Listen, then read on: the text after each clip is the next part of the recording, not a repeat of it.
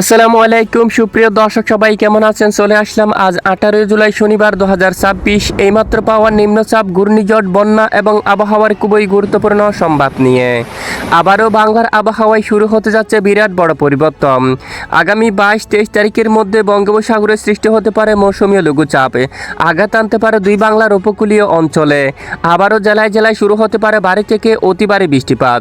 প্রিয় দর্শক, এই লঘুচাপটি কতটা শক্তিশালী হবে, কোথায় আঘাত আনতে পারে, এর ফলে কোন কোন জেলাগুলোর উপর হতে পারে ভারী থেকে অতি ভারী বৃষ্টিপাত, এছাড়া আজ এবং আগামীকাল আগামী 24 থেকে 48 ঘন্টায় কেমন থাকতে পারে দুই বাংলার আবহাওয়ার পরিস্থিতি, কোন কোন জেলাগুলোর উপর হতে পারে ভারী বৃষ্টিপাত, এ নিয়ে আবহাওয়ার ইউরোপিয়ান মডেল থেকে কী জানানো হয়েছে তা জানিয়ে দেব ভিডিওটির মাধ্যমে।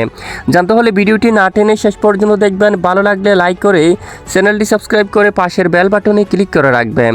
আর ভিডিওটি আপনি কোন জেলা থেকে সরাসরি লাইভ দেখছেন অবশ্যই কমেন্ট করে জানিয়ে দিবেন।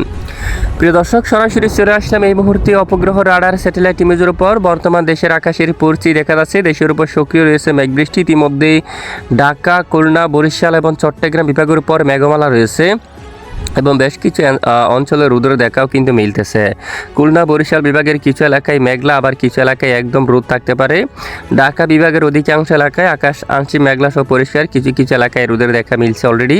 বৃষ্টি দু এক স্থানে হচ্ছে, বাকি এলাকায় কিছুটা মেঘলা এবং আকাশ পরিষ্কার এরকম থাকবে। এবং এদিকে সিংড়া, মহদেবপুর, বগুড়া সহ বেশ কিছু এলাকায় হালকা আকাশ মেঘলা থাকবে। রাজশাহী, এখানে কিছু কিছু এলাকায় আকাশে একদম রোদ থাকতে পারে। এদিকে দেশের একদম উত্তরে রংপুর, তারপর দিনাজপুর, ঠাকুরগাঁও, পঞ্চগড়, কুচবিহার, জলপাইগুড়ি, দার্জিলিং, এখানে বেশ কিছু এলাকায় আকাশ মেঘলা থাকবে। শিলিগুড়ি, তারপর এদিকে কৃষ্ণাগঞ্জ এবং এদিকে পঞ্চগড় সহ এখানে সুরঙ্গা বেশ কিছু এলাকায় আকাশ মেঘলা, সঙ্গে বজ্রবিদ্যুৎ সহ বিক্ষিপ্ত আকারে বৃষ্টিপাত হওয়ার সম্ভাবনা থাকবে। ময়মনসিংহ এবং সিলেট বিভাগের আকাশ কিছুটা মেঘলা থাকতে পারে।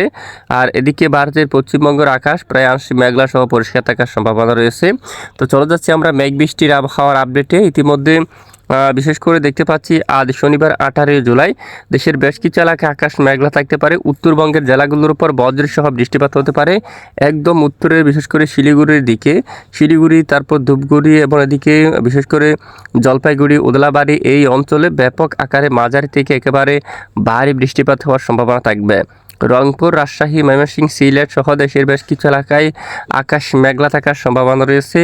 এরপরে রবিবার 19 জুলাই নাগাদের আবহাওয়ার আপডেটে দেখা যাচ্ছে দক্ষিণাঞ্চলে এদিকে বরিশাল, তারপর চট্টগ্রাম বিভাগের এখানে বেশ কিছু অঞ্চলে আকাশ প্রায় মেঘলা থাকতে পারে। কিছু কিছু এলাকায় বজ্রসহ বিক্ষিপ্ত আকারে বৃষ্টিপাত হওয়ার সম্ভাবনা থাকবে। সোমবার 20 জুলাইয়ের আবহাওয়ার আপডেটে দেখা যাচ্ছে উত্তরবঙ্গে মাঝারি থেকে ভারী বৃষ্টিপাত হতে পারে। এর মধ্যে রংপুর বিভাগের উত্তরাঞ্চলের এদিকে বৃষ্টিপাত হতে পারে। বৌদ্ধা, ঠাকুরগাঁও এবং পীরগঞ্জ, কারলে এবং এদিকে দেবীগঞ্জ অঞ্চল, তারপর এদিকে রয়েছে জলপাইগুড়ি, ধূপগুড়ি, আলিপুরদুয়ার, কুচবিহার, শ্রীরামপুর, এই অঞ্চলে বৃষ্টিপাত হতে পারে। ইসলামপুর, কৃষ্ণাগঞ্জ, এই অঞ্চলে উত্তর দিকের বেশ কিছু জেলার উপর বজ্রসহ মাঝারি থেকে কিছুটা ভারী বৃষ্টিপাত হওয়ার সম্ভাবনা থাকবে। একই সঙ্গে রংপুর, ময়মনসিংহ এবং সিলেট বিভাগের বেশ কিছু এলাকায় আকাশ মেঘলা থাকতে পারে। কিছু কিছু এলাকায় বিক্ষিপ্ত আকারে বৃষ্টিপাত হতে পারে। মূলত প্রতিদিন দেশের বিভিন্ন এলাকায় বিক্ষিপ্ত বৃষ্টিপাত থাকতে পারে, তবে বেশ কিছু এলাকায় আকাশ মেঘলা থাকতে পারে। তবে একটানা ভারী বর্ষণ হওয়ার মতো সম্ভাবনা পরিস্থিতি এখনও তৈরি হতে দেখা যাচ্ছে না।